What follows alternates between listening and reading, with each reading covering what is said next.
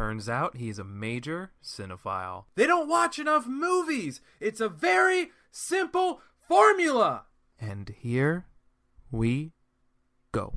Big news, folks. I have finally watched the latest and final X-Men film as we know it, The New Mutants, which came out on DVD this Tuesday, and you know I went out and got it that day. I haven't been to the theater since February 11th, shout out Birds of Prey, and eventually I will see Tenet, but as the final X-Men film in the Sony universe before the Marvel conglomerate integrates it all into the larger MCU, I figured this was the time to dive on in, give it its due, and remember all the good, some bad, that this 13-film franchise gave us. Just think about that. 13 films. That's astronomical. It may not be the end, if rumors are be believed, of a live-action Spider-Verse with Tobey Maguire, Andrew Garfield reprising their roles along with Jamie Foxx. The X-Men that we know and have grown to love in Patrick Stewart, Ian McKellen, Hugh Jackman, and so many more may have some part of being woven into the fabric, into the past and future of the MCU. Maybe it happened in the past and it's all the same. Maybe it's a parallel universe. Who knows? It could exist in some fun way. We're already almost guaranteed somewhat of a continuation of Ryan Reynolds' ultra-successful portrayal of Deadpool. So we never know what can come next as the multiverse is explored not only in the DCEU, but the MCU as well. But enough about all things superheroes. Let's take a trip down memory lane for the entire excellent, see what I did there, film franchise. As of the recording of this podcast, 5 of these movies are currently available to stream on Disney+, including X-Men, X2, The Wolverine, although not the version I like, X-Men Days of Future Past, also not the full version, and X-Men Apocalypse. So the first of these films, X-Men, came out in 2000, and honestly, this, even before Spider-Man, was my first foray into live-action superhero movies. I remember seeing The Last Stand and every other one of these after that in theaters. But let's start out with the first one. Yes, I watched some X-Men cartoons as a kid. Who didn't, right? But I don't know if I really knew the full stories. I knew there were people with claws, laser visions, and mind and metal powers, and the card thing. Gambit was my favorite. But like 60s Batman, you don't know all the depth to these characters. Like my mom watched that and had no clue that Batman was an orphan, and that sad part, he was just some guy who had fun gadgets and did bat things. Kapow, Wazam, Klablooey, right? All that stuff. But once we get past the very early 2000s, intro graphic crawls and even like DVD menus were super extra. You had things flying all over the place. Sometimes you'd have a choice between things, and just watching the intro of this one, and not unlike the first Spider-Man's, it's just very tunnel, all these things happening, and that here it's more sci-fi-y, there it's more spider-webby, but just take a moment to appreciate how very extra those things used to be back in the day. So I love me historical fiction. Even though this became more of a thing in the prequel soft reboot films, this movie starts off with some amazing blending of a traumatic time in history during World War II and showing mutants in this world as we're introduced to Magneto mostly in this one for the historical portion. But looking back at it all now, it's a bit strange to think how this movie, while clearly focusing on Jackman, Stewart, McKellen, it does put True Blood alum,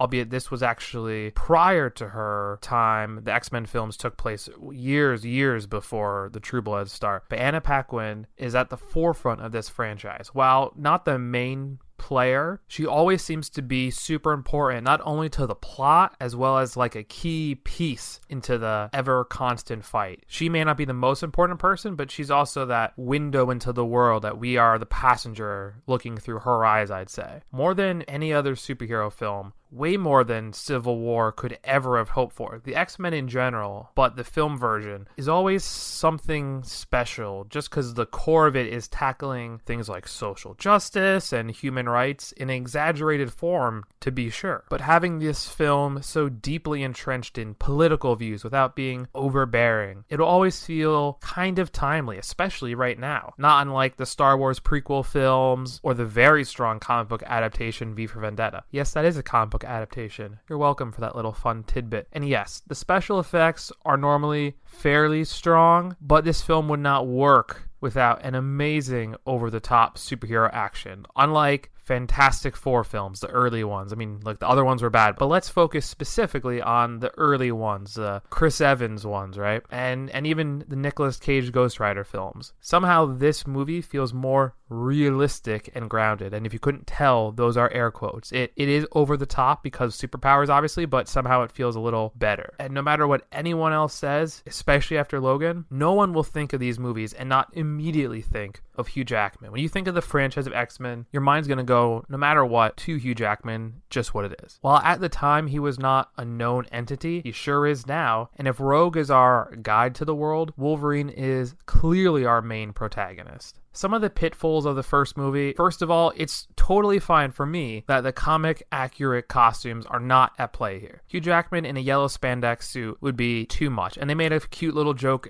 near the midway part 2/3 through the movie, but we don't need that, let's be real. But I think our villains are about 50% terribly made. It's tough to make Toad look good. He looks okay, but it always was going to be tough. But Sabretooth, super silly. And partly, for me, this is because we know how good he looks in Origins with Liev Schreiber. Now, he doesn't look anything crazy comic. He just looks like Liev Schreiber with long fingernails and a long black coat. But, you know, Logan and Wolverine in some of those, he's just a guy with metal claws and like a leather jacket and a cigar. But I think they went too comic book accurate for him in this first movie, and it is very weird looking back. But Mystique, probably one of the tougher characters to make look good and realistic and not too quirky and weird, looks sensational from a makeup standpoint alone. And the casting for these roles is truly sensational, with, for me, McKellen and Stewart, you're going to hear those names a lot, eating up all the scenes there together. The ones that are together is amazing, but even just them by themselves or with other characters, the two of them are always going to be the scene stealers for me. While there are always going to be some complaints about how infrequently and poorly James Marsden and Cyclops are used, less as a leader and more as a there to have a full group of people to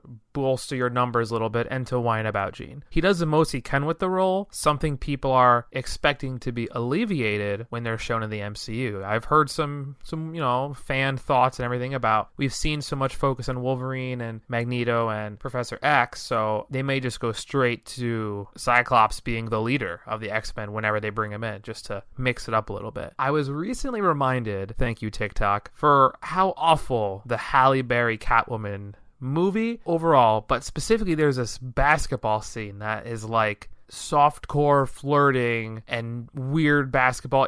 And they're all being cheered on in like a public court. It's the strangest thing. I mean, that movie's bad, but wow, I'm not thrilled that scene popped up on my TikTok feed. That was a sad remembrance. But there was something about how amazing her time was in the X-Men franchise. So you can't always be winners in the superhero world, like Ryan Reynolds, Green Lantern. Chris Evans has been in a numerous amount of superhero movies to some of varying degrees of success. Halle Berry, just another one for par for the course. But we're going to talk about her X-Men role, right? It just goes to show you how strong all that casting was. Even starting so early with Shawn Ashmore getting his superhero start, barely focused at all, but growing to be a really nice addition to the ensemble cast, and eventually, as we got to The Last Stand, a mainstay of these movies. The Avengers movies built up to their cast, and the DCU tried doing it all at once with mixed results depending on if you're watching director's cuts or not. But for the most part, this movie and the franchise found some great role players to really tell their story, not just in the original trilogy, but this was the building blocks to the amazing crossover event of 2014 Days of Future Past, coming out a bit before Age of Ultron and 4 years before our true mass crossover experience for superhero movies in Avengers Infinity War. Do they do some weird things with our political character-centered Kelly and his mutant powers and being a gelatinous wet blob? Yes.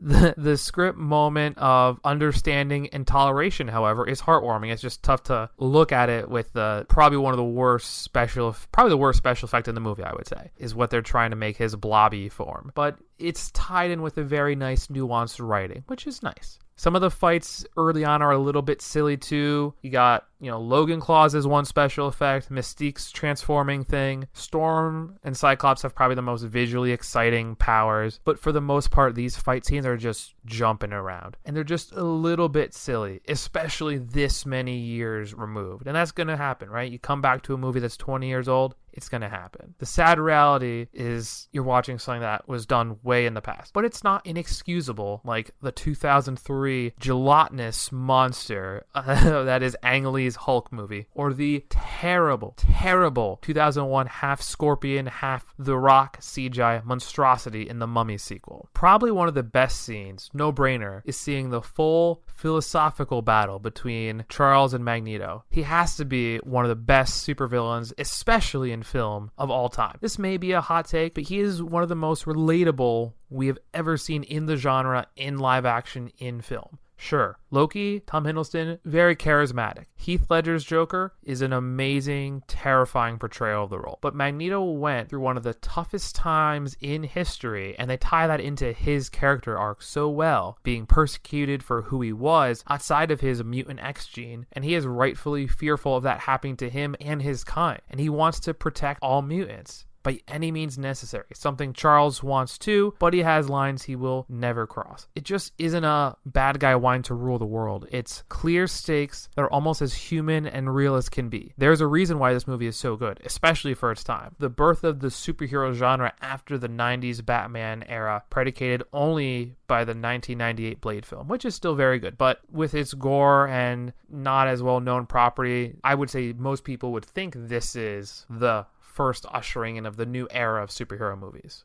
The beginning of this movie slaps. X2 is so amazing. I don't know how to explain. They do some amazing things with Nightcrawler here, who's a brand new character, and the action scene is just amazing. The music, it's very dramatic and orchestral, and the special effects, the gunplay, they just do an actual amazing job. The jumping around combat, unlike the first movie, works here because it's part of our character's superpowers, portaling between areas. And when everyone in X-Men is fight jumping around, it makes no sense. But Nightcrawler, not only jumping around, but with the smoke puffs as part of it, they could not have made a cooler open. I don't know if there is a better movie that gets you excited quicker than this. Simply amazing. And it builds on those political ties as well. The new adds here, beside a more fleshed out role for Ashmore and a recast of a more fleshed out Pyro, are Alan Cummings from the best 007 movie GoldenEye as Boris, who plays Nightcrawler, and Brian Cox from the Bourne franchise as William Stryker, the big bad in the sequel. And something done in this movie, this is why it's so special, and an amazing addition and sequel, is it finds a way to bring back the big players, but mixes up the conflict. It makes a new adversary that adds more depth to Logan. It brings the heroes and villains together to fight a common enemy, well, half the villains, but apparently, I never realized this, those guys were canonically killed off. So no Toad, no Sabretooth, they did. This early in the franchise, we are bringing together Magneto, Charles, Mystique, Storm, Cyclops, Jean Grey, and so many more. But our villain, portrayed by 3 different actors through the series, is so well played, and another amazing set piece moment comes from him. And the raid on the school, it is wild to see him as a sinister villain, especially compared to Magneto. They are different kinds of villains, but seeing 2 villains who are not actually teaming up Spider-Man 3 style, but exist in separate walks of life and world and viewpoints. It's pretty cool to be filled to the brim with characters, but not feeling like you're cramming them all in. Some of the special effects seem a bit more beefed up here in 2003, with there being more cool Wolverine healing things, especially the little subtle touches. I'll always remember him putting out his own cigar in his hand and healing back up. It's such a small little moment, but it's those nice little attention to detail moments that make it nice. The fight between Storm, Nightcrawler, and Jean is a bit goofy, and they very quickly in this movie take Cyclops out of the picture. Think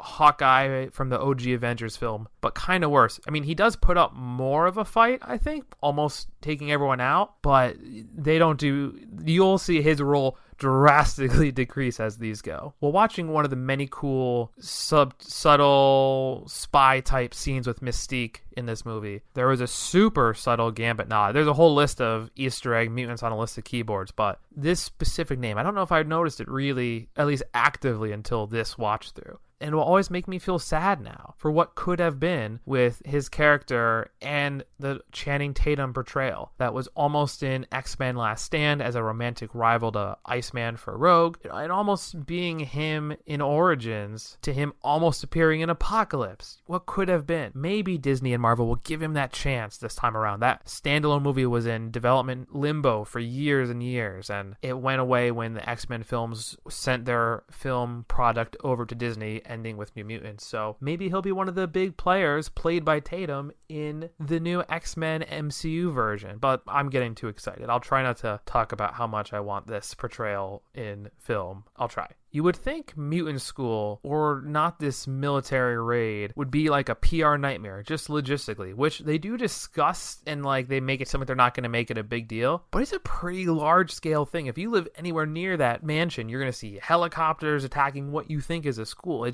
I know they talk about it, but it seems like one of those things where you know what the blowback could be, and it feels like that happened, and we don't really get that as an issue, but who knows. The scene really does give a bunch of quick, cool mutant ability cameos, which is fun, and while we do get a little more use out of Colossus, nothing compared to Last Stand or his clear supporting main role in the Deadpool movies, but it does quickly get our younger cast into the forefront of Rogue, Iceman, and Pyro. And all those little details this movie does, it has fun with them, like cooling the soda with his ice breath, just fun uses of these visually exciting powers to really make the superhero world we're in more exciting and more realized. For a split second, I remember watching it thinking, oh, why does the bad guy Stryker, the military guy, hate mutants? But they actually found a way to quickly not only rationalize his distrust by making it a family issue, but tying it into Charles and also paralleling those fears by seeing Bobby and his family, something he hid from them for so long.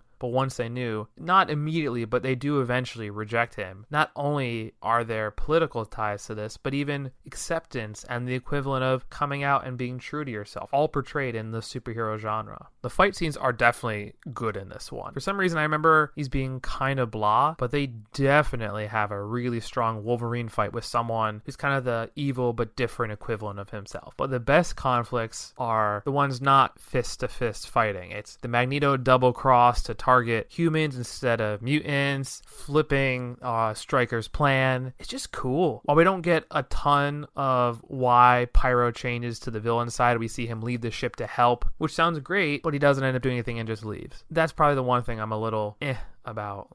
I don't know what we would have needed, but like even some brief interaction would have been better than just he's here, he gets knocked down for a bit, and then he's on the bad guy side. Just throwing it out there. We have little teases throughout the film of there being a darkness to his character, but I would have liked a little more. Obviously, one of the better parts here is the cliffhanger ending of Jean dying to save everyone, and her Phoenix powers are teased throughout. Her eyes turn this more fiery color, and then she dies, almost making the full-fledged transformation. But we have to know she's going to be back, right? Strong movie overall, though, and sadly a far different class of movie than what comes next. One point of contention: having seen Logan and the extended cut of Wolverine, the gore aspects to Wolverine feel a bit missing in this one, and just his portrayal looking back before they started making R-rated movies with his full aggression and carnage on display. So is X-Men The Last Stand unwatchable? Some would say so. I'm not one of those people. But my optimism and ability to turn a blind eye can only go so far. This movie's issues can be summed up in one word: overstuffed. So many things are happening here, and the characters in this movie are aplenty. The bigger new ads, Kelsey Grammer as Beast, who's barely a tease in the second movie, now as a full-fledged character. Ellen Page as Kitty Pryde, someone we've seen a few times in different small roles in this movie, and now she's an actual character. And Vinnie Jones as Juggernaut. As much as I love him in all of the gritty Guy Ritchie gangster movies, this is a bad role for him. And not his fault, it's just overall the package is bad. And if there was ever a movie that did Scott dirty, it is this one. He's in the early stages of the movie, he's a little bit mopey, and is almost immediately killed off screen. You see what probably is happening, but you never actually see him die. He's killed off by a returning, fully developed Phoenix. And she's back, and she's evil this time around. This movie combines a few different plots. We have a Cure storyline and the Dark Phoenix storyline. They really should have made this two movies and flushed out the storylines better. Heck, maybe Gambit could have been involved. I know, I told you I'd stop, but it's hard to not talk about how much there was a missed opportunity there. I feel like watching this, you see moments of really good, but there's so much, and they throw just all of it at you at once, and you just miss things. All of the Magneto baddies are blink and you miss it cameos. For the longest time, I thought the wall crawling guy was Toad from the first movie, up until, like, that's one of those things I learned today that he was a different character, apparently. And I remember watching saying, oh, that's weird, he's back. He looks completely different, but the powers seem similar enough. Yeah, Sabretooth's not back, that's weird, but whatever. Joke's on me, I guess, right? And Psylocke, who, while not starring in Apocalypse, at least felt like a real character, not just one of the masses, actually just realized we never see her use her powers, like the whole movie, which is a shame, except I think she turned semi-invisible or translucent for like a hot second. That's it. That's the whole thing. Look, there's some great actors in this movie, and I love Ian McKellen, every scene he's in. Yes, we get way less Raven here. I mean, we really do get a ton of final trilogy vibes by doing a lot of fatalities. Scott, Professor X, kind of. Jean, again. And a ton of people are forever changed. Magneto, Mystique lose their mutant powers. The completionist in me does get a little bit annoyed. We don't really get introduced to Beast or Kitty, both main parts of the comic franchise. Beast becomes a main part of the prequel movies played by Nicholas Hoult. Kitty is abandoned, but she's featured in every movie here, played by a random actress. Kind of what they did with Jubilee through all 13 films, existing as purely cameos. She had a little more in Apocalypse, I think it was. And she was gonna have a whole scene. Oh gosh, there's a mall scene. I think it might be it's in Apocalypse or Dark Phoenix. And the whole exciting moment of her was like hanging out in a mall, like an 80s mall, and she like uses her powers to start a video game console. And that's it. That's like the biggest thing she does. And that's a deleted scene, so we don't even see it. They have done that role super poorly. Ellen Page is actually quite good in this movie. Sorry to jump right back into it, but completionist me gets annoyed when you have a character that's barely featured but slightly featured all the time. Ellen Page, quite good in this movie for her brief role. Although at times she is used exclusively for a motivation for one of the mutants we know, Rogue, to get the cure. And like I said before, this shouldn't really come as a surprise. Rogue is always going to be our looking glass, our give me your hand and I'll show you the world character for the audience. Without her, we don't see the pros and cons of being a mutant. And unlike the prequels, who use Mystique and Beast, here we have another relatable reason to want to cure your mutant genes and be able to hold and touch those you love. I mean, that's a pretty relatable thing. So to the Scott death that we kind of glossed over a little bit, what actually happens is it's like I think we talked about this in the worst Friday the 13th movie. This is like the kiss of death or whatnot, kind of succubusy. And I love that they give him and Jean a little bit of justice and good vibes when everyone is brought back after the future time jump in Days of Future Past. It would have been nice to see a little more justice from Mystique, since she was really this charismatic, cool character that had a really fun power and the more subterfuge kind of storylines, but they use her purely as a clear stakes builder, weaponizing the cure. And sadly, they replace her with a bunch of generic baddies that are never, ever developed. And I have some issues with Pyro and never ever being fully developed as well. Neither him or Iceman ever got that love in the first one, but I felt like Bobby got more face time, mostly because he had a romantic subplot storyline. I do think they made Magneto a little bit less relatable and a bit more cold in this one, which is part of his character, to be sure. But I always disliked how indifferent he was, especially so quickly passing off one of his most trusted allies the second she was turned to a human. And yes, his whole thing is mutants versus everyone else, but I don't know, that always felt a little weird to me. The movie does have some really strong action fight set pieces, and the fights are very throwing people around like ragdolls at times, but thankfully Magneto and Storm have powers that make things a bit more visually diverse. That's why the last major battle, even if it features so many useless throwaway characters, just to bulk up the scene, not unlike the final Harry Potter or massive Lord of the Rings battle. We do get some more exciting visuals from Iceman, Colossus, just nice special effects, and there's a great Kitty Pryde running chasing scene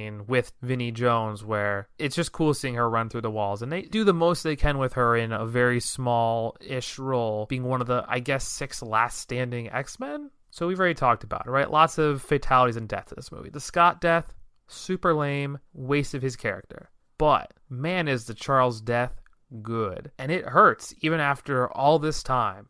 And partly that's because of the portrayal, right? Patrick Stewart, great job in the role. And I like that even though they're always at odds, when he does die, even Magneto feels it. And when someone talks about, oh, I would have killed him, he defends him even in that moment, which is great. And I don't know, maybe that's part of why he's a little more jaded at times, but that's actually after the Mystique thing. So I don't know where the jadedness comes from. It's curious seeing the relation that these two friends have in the original trilogy and in the prequel films. But these two actors really do a wonder with their roles. It is strange to see part of the story so differently here. And I feel like they made James McAvoy in the newer films, in the plot, it was a bit more like he was the one at fault and he was not spiteful, but he almost overreached. And this is hinted at here, especially when he has these conversations with Logan telling him such. But you feel like in this film, in this version, it's less his fault and more just an issue of what happens. And it's weird to be able to have that opportunity to say, here's the exact same storyline. It's a little bit different because it's a little condensed in Last Stand, but you see the Dark Phoenix storyline exists twice. And it's a different way to get there, but at the end, they kind of are the same. And it's interesting to see that portrayed differently in two different films years later. Biggest question of all, was Iceman trying to hook up with Ellen Page, or is he just a nice guy who does not think his actions will impact anyone, Rogue included? I imagine this is some part of the storyline that maybe would have tried to do with Gambit. I don't need complex love triangles in my movies. This one is a little bit better, at least using it as an inciting incident for Rogue's arc, which while it doesn't feel like she always gets the TLC in her storyline and development, it feels like the writers want her to get something out of it and at least have something of a complete arc. Even though she's absent from the final act fight scene, it's good enough. If they had split these, here I've had this thought long and hard about what the order would have been. I feel like they would have done the Cure storyline, could have been the third film. And at the end of that, including Scott introducing Gambit, then at the end of the film, they could have teased some awakening to Jean, maybe them conflict, right? That's how the conflict of this big Cure storyline, which could have been similar-ish to Civil War, but more of an actual war, less of a little airport fight, could have awoken her from her cocoon and having her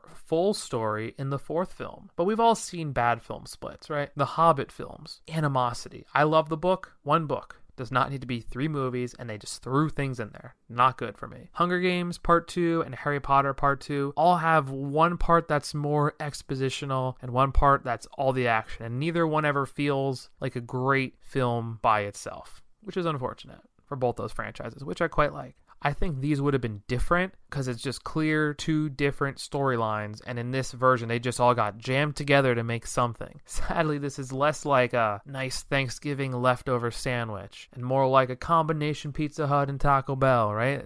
Every so often I try to throw a nice little TikTok reference in there for all my big old supporters on TikTok. They really do give the mutant grunts some cool visual powers in here. But I can't help watch this, and even though I did not like the Wolverine when it came out, the Unleash extended cut had the gore that Wolverine, not the movie, the character, should have always had. And maybe they could have found ways to have moments, like maybe sneak one moment in every film, but when he's slashing through people and nothing is happening really, it's a little weird now to think about it. The fight stuff is good and all, right? Tons of action and such, but so much happens and it's all a bit jarring. Maybe there's something to be said about developing all of these characters a little more. Something that is on display with those amazing Avengers big cast movies. Sure, the villains are not really developed in those, but all of our heroes surely are. There's something a bit weird in this movie, I think, about who they give the cure to and who they kill, right? Having the X-Men be the ones to, quote, cure Magneto with the weaponized cure are the ones who you would think would not cross that line. And maybe that's because they don't have Charles to be the moral compass anymore, just like how in The Walking Dead Season 2, Dale died and the group lost their moral compass a little bit. So maybe that's why they crossed the line. But Logan doing that feels a bit off character. So do a lot of things in the final act. You would think they would use the cure on Phoenix, Jean Grey, instead of outright killing her. And almost think about maybe it would have been tougher, not done out of vengeance, and this would have been a really hard choice that would alter her life seemingly forever. But they would have still had her alive, and you think that would have been some reason to try to use the cure and not just stab her, right? food for thought. I also wanted to have some use for Leech, the kid who is the force with his mutant power to make the cure, to help. He could have easily done something, right? Just bring him in her range and she would have lost her mutant powers, because no matter how powerful she is, you'd think that wouldn't matter in this instance, and they could have done whatever they had to do then. Just find some way to move forward with that, because if you introduce this character and he's the cure, and that's cool, but you would have thought he would have had more of a use in that moment. But in the end, it had to be Wolverine to stop her, because no matter what, he is the main character of the original franchise. There's a reason he got his own trilogy after the fact, and that his character has been the face for this franchise for so long. The recast is going to be super weird when it does eventually happen. If it does, they may not. I mean, look, I feel like you have to include him at some point, but they're going to recast him, I think. And I would love, if you guys have any speculations or who you'd want, let me know on social. I would love to hear who you would see as the next Wolverine. Also, as a music guy, as I was listening to some of the credits on these, I listened a little longer, especially because I had to watch 3 on DVD. Just really nice music. It may be completely different composers, but they really all feel they're help the story. They're beautiful orchestral pieces, and no matter who does it, what movie it is, they all have that X-Men feel, especially in the original 3. So I cannot, in good conscience, say that X-Men Origins Wolverine is a good movie. There are a ton of very bad parts to this movie. One thing I did not know, these movies made the specifics of Logan and Sabretooth brothers. That thing was teased apparently in comics, but never was it so explicitly stated until this movie, and apparently that's to mixed results. I like it. It throws a big wrench in the continuity of X-Men, which happens after X-Men Origins Wolverine, but that's fine. While we were supposed to be a ton of specific Origins movies, the next one was supposed to be for Magneto after this. They just decided to put everyone in the Origins movies and make it a group, just soft reboot, probably for the best, but I would have loved more the original Charles and Magneto. There are some really good parts of this movie. One of them, the intro credit scene. Seeing the two brothers running, fighting through war after war in different time periods, super cool. Editing nerd Nick over here, I love this beginning with the Civil War, World War I, World War II. It's just so different and cool, and this teases some really cool historical fiction moments. And Liev Schreiber is very good in the role. They really did better things with his Sabretooth in this movie. Sadly, this is the only time we get him. It would have been nice to see more of a specific moment of him actually in Logan. Alas, this is all we have. And sadly, the historical fiction part that is so cool in the beginning,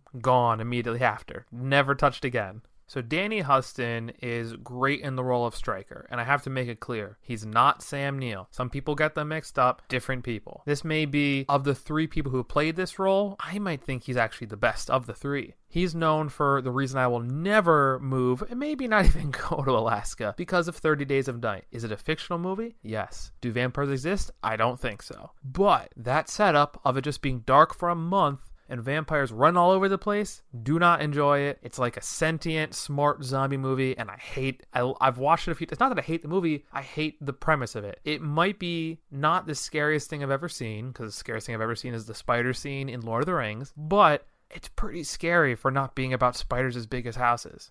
Unrelated to my irrational fears. There were some amazing Ryan Reynolds moments as Deadpool. We get our first glimpse at what would go on to be one of the best superhero moments of our time. We also get one of the worst of him here, and that is counting his quick portrayal as a Green Lantern. But before we get to that, let's talk about all the actors here. I quite like Will.i.am. Did I know he was an actor? No. Is he the most amazing actor in this movie? No. But I quite like his role and his swagger he brings to the role. The special ops scenes in the beginning when they're kind of criminals for hire and mercenaries, super cool. And actually, I don't know if I knew this until I IMDb'd it, the guy who is the light guy is Dominic Monaghan, who is Merry. Merry and Pippin is Merry from Lord of the Rings. How about that? They really did some amazing things early with Ryan Reynolds and Deadpool. Cutting the bullets in half and spinning the swords around to stop all the bullets. It's a cool cinematic moment. It's one of those things that whenever you would watch a commercial for like the technology of Blu-ray or the technology of DVDs, that moment is almost always in those things. Not unlike the Matrix scene where Neo's doing the Matrix thing. It's a cool looking thing. Sadly, we're almost done with him in this movie in any cool capacity. So one of the many jokes of how Dexter ended this series, that is probably one of my favorites of all time. Should it be? Maybe. I don't know. but I quite like it. Thankfully, a limited series is coming within the next year or so that may fix everything. I don't want to get too excited, but I'm going to be optimistic. It's going to fix everything. But him being a lumberjack man to end the franchise, that's so bad. It's such an awful ending. They should have Breaking Badded him. That's my fact. That's my truth. I'm going to speak it, and I think they should do it. So if you're listening, Dexter folk who are writing, Breaking Bad Dexter, that would be a nice end. And this lumberjacking thing is like a large part of the beginning. Logan is a lumberjack man living in Canada. Maybe he was already making subtle digs at Ryan Reynolds, right? Thankfully, this changes pretty quickly, but man, how blah and whatever him being a lumberjack man. I wish we had more of Liev Schreiber hunting down people. Like hunting down the light guy, super cool, the young Scott part, it's okay. Would have been cool to see him take down Deadpool and give him a bit more time, and maybe even having that as a moment. He'd be gone for a bit, and then if you really wanted to do this garbage thing of bringing him back as a pool of mutant genes in Deadpool, which is so bad, if you really want to do that, at least you would have seen him die and not just say, oh, he's dead. Like, oh, so embarrassing. So bad. Some of the humor is a bit dumb and like too dumb, and some of the plot development points are a bit dumb in this movie. Nothing can escape these moments and make this a stellar, amazing, cinematic masterpiece of a movie. But I've rewatched this movie a few times and never have I asked myself, why am I doing this? I really do at times like this movie, and maybe more than Wolverine, for a more classic superhero movie. At times it's a bit cliche and predictable, but not a horrible, unwatchable movie by any stretch. It's not gonna be good compared to how many above average superhero movies are out there these days. You just have to turn your brain off a little bit to watch this and be ready for actiony things, and that's what it is. So apparently, Daniel Henney, the guy who plays Agent Zero in this, who's kind of the least visually exciting mutant guy, but he's good at aiming, one of the most boring characters with a cool power, I guess, is the older brother in Big Hero 6. How about that, right? You guys are welcome for all the IMDb fun facts I give you on these episodes. So one thing I think they do well here is the actual bonding his skeleton to adamantium scene. It's teased well enough in X2 in very brief flashes, but it's nice to kind of see the whole thing. It's a little more in-depth than like the Captain America getting his powers one, but it is cool, and I like seeing it here. The action scenes, they're really good and plentiful. They're very comic booky, and that's not necessarily a bad thing. But while the fighting itself is good, some of it, especially the setups, is just a little silly. The tangents to get him to the old couple's house to have some human bonding moments and some jokes in there about him using his claws for the first time. But then he's fighting helicopters and they're sniping and he has to take out vehicles and trucks and all this stuff, to the super bad, like, obesity joke of him fighting the Blob and Dukes. It's just such a joke scene. And even the Gambit fight at times, just awful. Especially, last one of course I'll mention here, is the awful things they did to Ryan Reynolds. I will try not to call it Deadpool. That is a mockery and a tragedy how they ended this thing in this movie. Not sure what they should have done, but not this. This was bad. I will get into it all a bit more. But speaking of Gambit, one of the worst moments in this movie for me, and there are a few, is what they did with Gambit. Apparently they wanted to get Channing Tatum. Love the idea. But he was too busy with G.I. Joe, a movie we have already made fun of on here once, which almost makes it worse that that's what he was doing. And Taylor Kitsch is so generic and a true sad paling in comparison to what we could have gotten. And it's not all his fault. They didn't do a lot with his role. But look, I was excited for Channing Tatum, just what it is. I feel like even seeing him portrayed once would have given some sort of push to include him in movies and give him his own treatment. It definitely did something with Ryan Reynolds and Deadpool, but who knows, maybe we'll get the Black Adam treatment. The Rock has been teasing this role, and not so much the project, but just that he wanted to be the guy in the role. For years he's been doing this, and eventually we're going to get it. And we're going to get a live-action Dr. Fate, which we never would have gotten before. I need to make this clear. The card special effects they do with Gambit, very cool. The jumping around pole parts and the rest of it, not so cool. An awful special effect, not for Gambit, but in a scene with him, is when Wolverine's chopping what looks like the most awfully animated ladder, like and trying to cut it down, and it looks so fake and so stupid and bad. Oh, it's rough. And I will say, it does feel like he's such an afterthought in this movie and barely does anything after. He's not in the movie for a lot of it. He's introduced so late. Afterwards, what does he do? He flies the helicopter. He breaks a bunch of cement reactor parts with his staff in half somehow, and then he finds Wolverine again. That's all he does. Very bad. Very barely used. Well, we are going to get to the worst part of this movie. Holy hell. The fight scene at the end, atrocious. I hate lip sewing things. I think it's the worst thing in movies. Ma does it. Gallowalkers does it. I hate lip sewing things. It's even in Hocus Pocus, which is thankfully not as grotesque, but it's still there. Don't love that as a thing. And what they did to this version of, and I'm going to say, even though, remember, I don't believe it, but it's what it's called, Deadpool. Serious air quotes. Inexcusable. Some emotionless thing drawn all over. I hate this so much. There are some nice moments at the end once we get past the awful Deadpool fight scene of him disappearing, laser beaming as his arm swords, and he's fighting the two brothers back to back, and it's just bad. And eventually he gets his head cut off, which is cool, but like, it's so bad. And actually, in that moment, there's a part where Logan kind of says to his brother that, like, they're done, and he says, we'll never be done, and leaves. And man, how nice would it have been to have some moment of him in Logan? I don't expect him to be in Wolverine. Maybe they would have teased him somewhere just hanging around, great. But if they had had him in Logan and then built on that line somehow,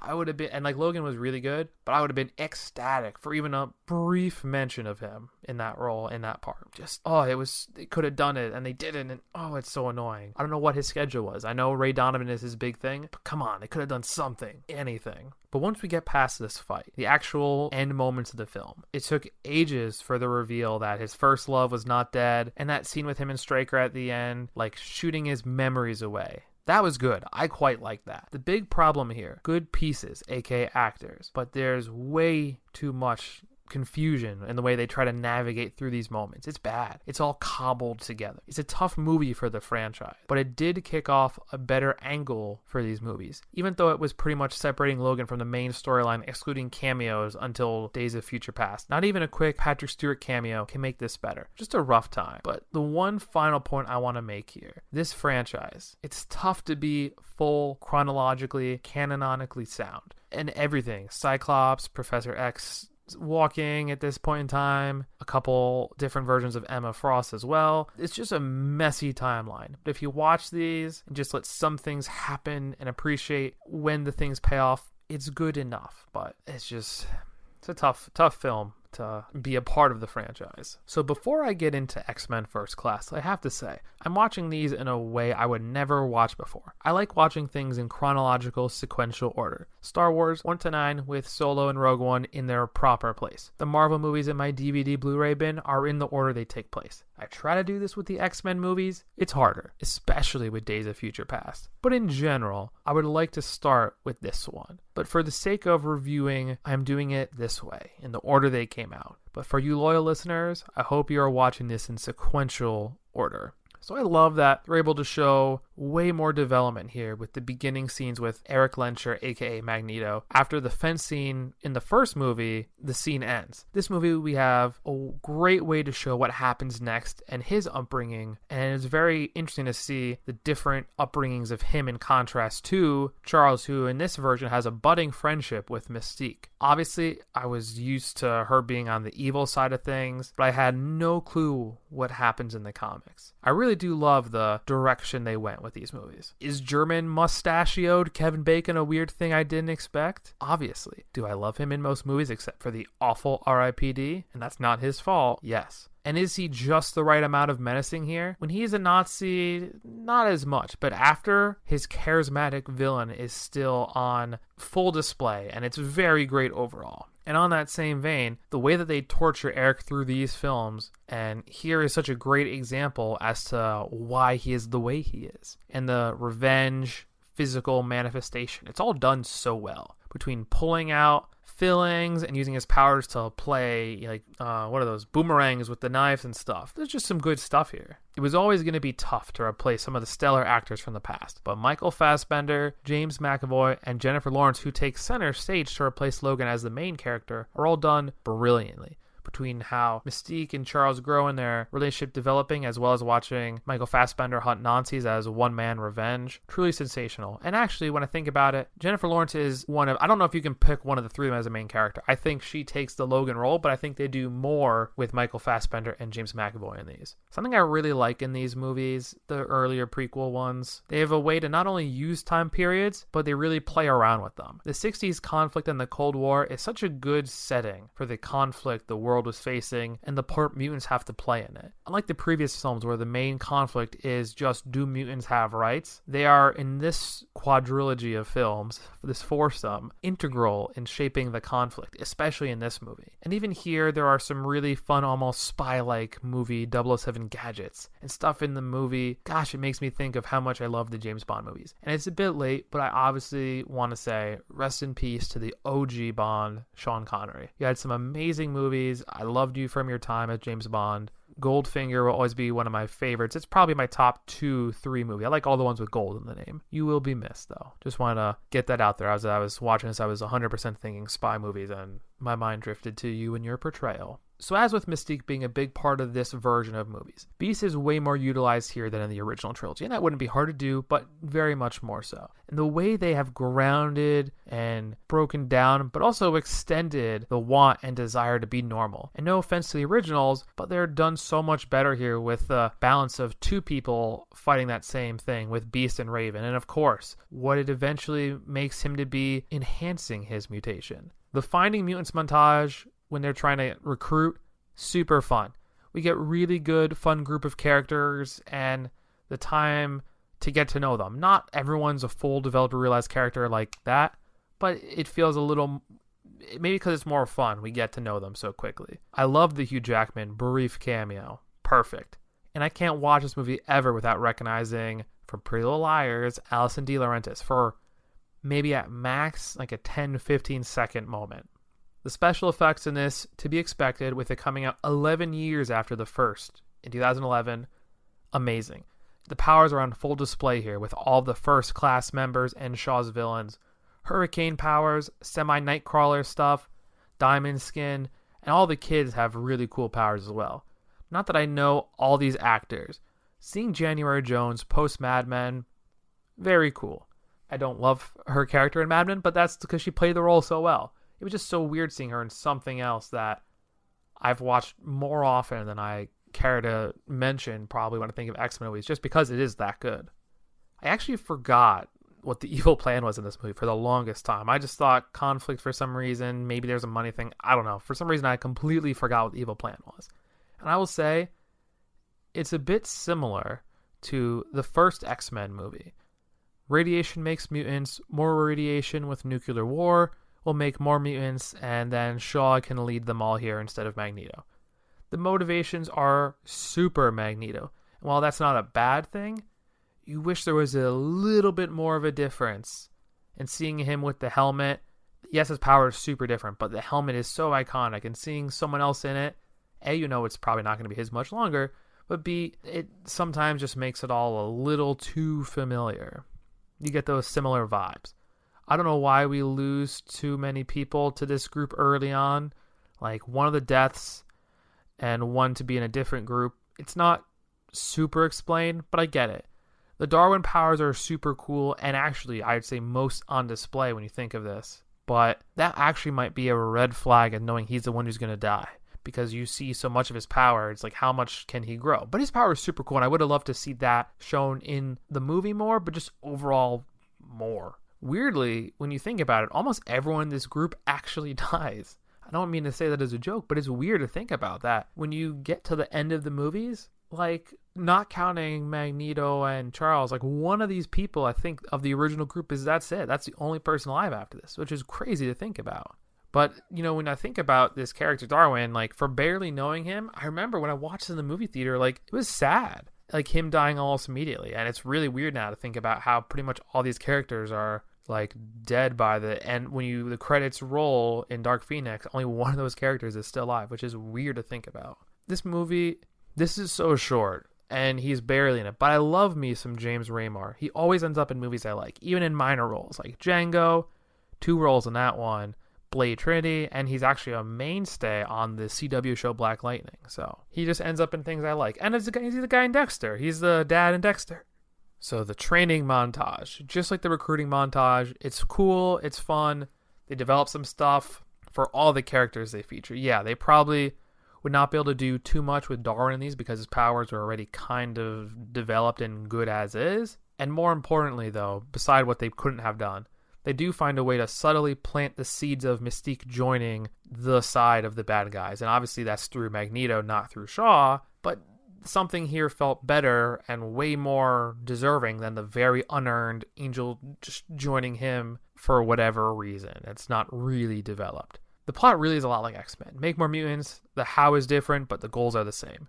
This realization may change my list a little bit, but man, that final third, the action set pieces that feature almost all of our mutants, the powers are visually exciting, they're different, and there is so much happening, but not in a confusing way like Last Stand. They're jumping ships, there's military war vessels, because of the powers, like the Nightcrawler guy, Azazel, they're jumping around, they're sonaring things in the water with their Banshee mouth powers, and just things are happening like crazy, and it's all super cool, and so much more than the action scenes could have ever developed in the earlier X-Men movies, with the technology being what it was that long ago. And the best parts have to come at the end. When Magneto finally kills Shaw's with the same coin from the beginning as it bores into his head while Charles is in there, and camera guy Nick loves that the camera follows the coin and it cuts between the two different heads with Charles feeling the pain, and obviously Shaw is literally experiencing the pain as the coin goes through his brain. I mean, it was so cool. It's one of my favorite edited scenes in something. Gosh, it's so cool. It's a little gross, but I like it. Maybe that's why I like it. And the conflict of almost setting off the war and drawing clear battle lines between different groups of mutants. Mystique is on his team now. And of course, how the conflict kind of ends with Charles in a wheelchair, partly because of Magneto. It's a great origin story and a great kickoff to the next generation of the X-Men films. So I had, and still do have, some mixed feelings about the Wolverine. Yes. The unrated extended cut is only 12 minutes longer, but is how I do movies and things. You guys know that. If we like these movies, we like Hugh Jackman. The extended cut has more gore, blood, and is R-rated, and is worth the difference for me. Not sure if gorier World War Z is any better, but in this case, it really is, especially because they really blow up a few of the better scenes and add more to them. Why did I not like this to start? It's because this movie is so different from everything else. Gone are all the extra mutants and fun over-the-top characters. Instead, we have a movie that's maybe 3 mutants max and mostly random, faceless villain grunts. It feels so small, but my opinion has evolved on this a little bit. It's a bit of a let-off after First Class, especially with Days of Future Past following. Yeah, it really is. But it's not unwatchable, especially more watchable than I ever thought it was when I first watched it. We do see the return to Famke Janssen, even in just dream sequences, which is a nice tie to the X-Men films of the past. And this movie does take place not too much after X3 The Last Stand. And it ties into why is he isolated? Because he's living with the guilt of killing his woman he loves. He's in grief. The setup of how he gets there from Woodlands to Japan, it's all great. Some vintage Wolverine fun of him fighting people in bars. But there is so much once he gets there. Who is that? Who is that? It's so much just asking, and then you hear, and it doesn't, you don't really care who these other people are. There's no crazy Magneto things flying, or like, I don't know. It's just weird seeing a grounded Marvel X-Men movie when nothing else was even close to this. Maybe a little bit like there was some of a let-off with Origins being quality, but this was just in scale, I think. And the mutant stuff was gone and replaced with a very like grounded story. And when he asks whose people are, yeah, they're people in the movie, but I just can't help but wish there was more fun comic characters. And like the mutant powers we do get, they're just kind of Also, because it's 2020, how about seeing all those surgery masks? Yes, this is a medical scene here, but with TV shows airing now that have sentiments and settings of taking place in a COVID world, you know, we are all getting used to seeing more masks in everyday life than we ever expected before outside of a hospital room. So it's just weird seeing a movie, just seeing masks when we're so accustomed to masks. Unrelated to anything in the movie, just based a little bit on the world we're living in, you know? So what is the point of this movie? That's a great question, right? Other than attempting to provide a veiled, he is a samurai without a cause, aka a Ronin, something that parallels him being a warrior who lost his will with the X-Men and his team and his cause. He is protecting someone he just met for no real reason, and he is grappling with his mortality. And to be said, that last angle, his mortality, easily the most interesting part for me. And you pretty quickly get to see him deal with this when he is fighting off Yakuza baddies and the bullets that he gets hit with are actually hurting him. And the extended scene shines here with finally seeing the gore that we should have when Wolverine stabs people. There's a part where he gets a guy through the leg. I mean, other things behind this, the leg one is so seen and it kind of makes you go, ooh, but in a good way, a good ooh. Though this movie is obviously worse than the true gold standard of this trilogy in Logan, this is at least the building blocks to what will eventually be.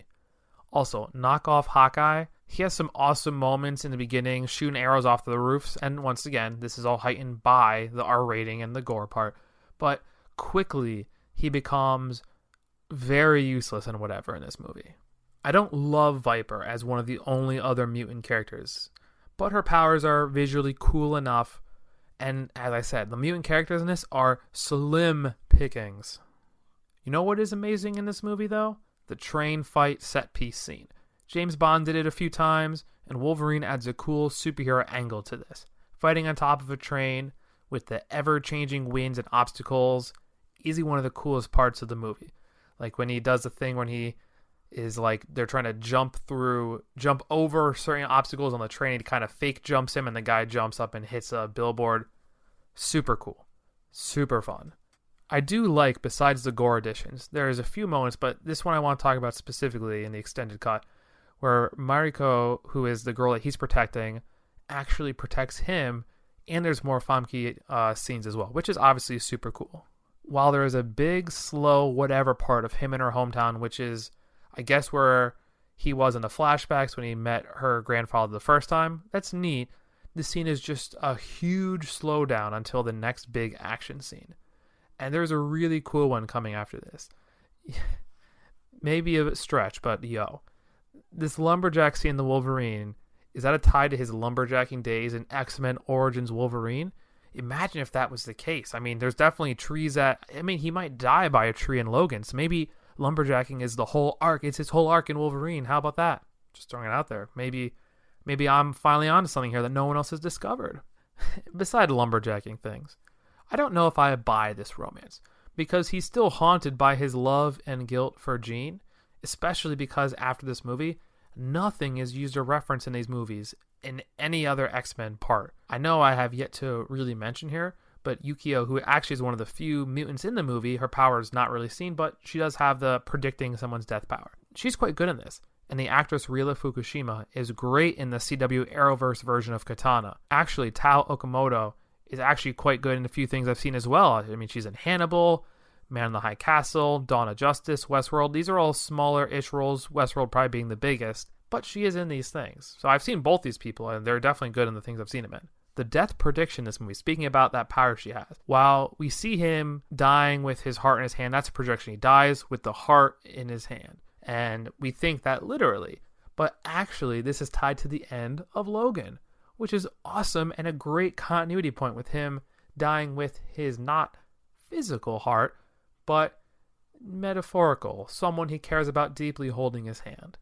Wow, who would have thought that these earlier non-Logan Wolverine movies would have anything to substance, to expand on, to enjoy, to make fuller this trilogy. The heart thing and lumberjacking, that's what we get as our build up to Logan. But now let's talk about probably the most extended scene in this movie, and one of the coolest with the extended cut. Logan's battle with the entire Black Ninja clan. The action, the music, the grinder scene, which has artistic blood spatter and moments that remind you of Fargo, an explanation as to why the arrows on ropes actually stop him because they're dipped in a poison. There's so much more of a build-up and fight here, and arguably this conflict is way more interesting than the final fight we do get here with him fighting a big robot metal suit samurai, which is kind of stupid. A CGI baddie, even if this is not one that's so bad, is never good. Think of how many superhero movies have a big old CGI blob thing as a baddie. They never turn out well. The better ones have a actual person as the actual bad guy. That's just a fact. Yes, this is all helped a bit more by the context and explanation as to why more people are here in this movie as a final battle. It just brings everyone together with some just logical jumps. This is why Dawn of Justice is so much better as an extended cut, which is why Justice League is going to be so much better because of all the extra things that Snyder is being able to put back into it. When I watched this the first time, though, I always wondered why this robot samurai was existing and how could it be so smart. So it's a bit of a surprise that the guy is alive, who was the reason that when he was going to take away Logan's regenerative abilities to give to himself, that was his gift. And you kind of, I guess, maybe thought he was going to be alive. I don't know if I'm blown away by the reveal, but it's neat, sure. But there's some teases to this as we go, some hints. And it's not a bad reveal. But at times I feel like this movie has, it has good pieces. But the sum of it all, it's kind of just okay. It stinks that these Wolverine movies are not as good as they could have been. I don't know what would have made an amazing trilogy. I don't know what storyline would have been. Bing, bang, boom, all three very good. But these are obviously watchable. And a ton of fun. If you like Hugh Jackman, you're going to like these. But the first two, just okay compared to Logan. The post-credit scene here, super good. Yeah, it's no maybe baby Charles. How weird was that at the end of Last Stand? But the Magneto tease and Charles also being there are both having their powers, something truly amazing to tease for the next movie in the franchise. And it's a good cliffhanger, this place. It's a good place to stop the episode. And then yes, you're going to wonder, Nick, we've only gone through about 6 of these movies. Why are you stopping now? Well, these are long episodes. I talk a lot about X-Men. There's 13 movies. I couldn't fit all this into a normal length episode. So here's what we're going to do. Give a little cliffhanger ending, as it were, for our episode here, right? It had to be broken up into 2 parts. As much as I wanted to get all 13 movies into one episode, especially with the main purpose of this episode, the inspiration being New Mutants. Know that next week, you'll get a special early episode coming out on Wednesday as a pre-Thanksgiving treat to all my American listeners. For those who are listening not in America, you just get it a few days early as a non-holiday specific event. This will cover everything from the very amazing Days of Future Past, and you'll get my first viewing experience reaction to New Mutants. Lastly, you will get the full list of rankings from the whole series. I know. You're welcome. But remember, my questions for you for social, and those questions answer on KnickKnackIC Twitter or KnickKnack Movies Instagram. Let me know. Who would you put as the next Wolverine? I don't know my answer yet. I haven't thought this hard about this, but maybe you guys will inspire me and maybe give me some really good, bad ones, fun ones, and I will read these out on the next episode. But hit us up on social like I said. Make sure to give us a 5 stars on Apple and write us a nice review. And thanks to our host Buzzsprout. And part 2 of the X-Men deep dive will be next week. But until next time, cinephiles. Are you not entertained? I think this is going to be the beginning of a beautiful friendship. I don't like goodbyes. Let's just call this see you later, alligator.